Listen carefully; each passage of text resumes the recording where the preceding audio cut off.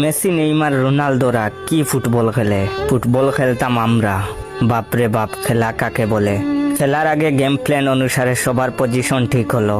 তোরা 3 জন ডিফেন্সে, আমরা 2 জন মিডফিল্ডে, 2 জন ডানে, 2 জন বামে, আর তুই মেইন স্ট্রাইকার। খেলায় অফসাইড নাই।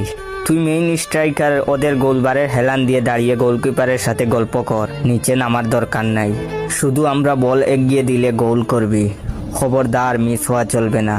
তারপর খেলা শুরু হওয়ার 2 মিনিট পর পজিশন সব ভেঙে চুরে একাকার অবস্থা। ডিফেন্ডার চলে গেছে গোল করতে, স্ট্রাইকার এসে ডিফেন্স সামলাচ্ছে।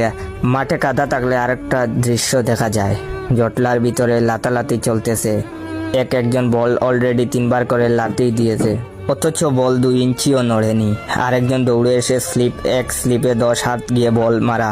হঠাৎ একজন এক হাতে চোখ ধরিয়ে চেঁচিয়ে উঠল, ওই আমার চোখে কাদা পড়েছে। তারপর আরেক চোখ খোলা রেখে পাশের পুকুরে জুপ করে দিল লাফ। কাদা জলের বারে আরেকজনের প্যান্ট খুমর সেরে অবিকর্ষণের টানে বুক কেন্দ্রের দিকে ছুটছে। খেলার শুরু 5 মিনিট পর গোলকিপার চিল্লানি শুরু করেছে। সে অলরেডি 5 মিনিট গোলকিপিং করে ফেলেছে। এখন আরেকজনকে গোলকিপার হতে হবে।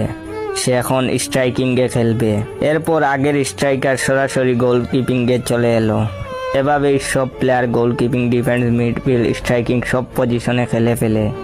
পুরাই অলরাউন্ডার। অথচ এই মেসি, নেইমার, রোনালদো তারা একটা পজিশনে খেলে।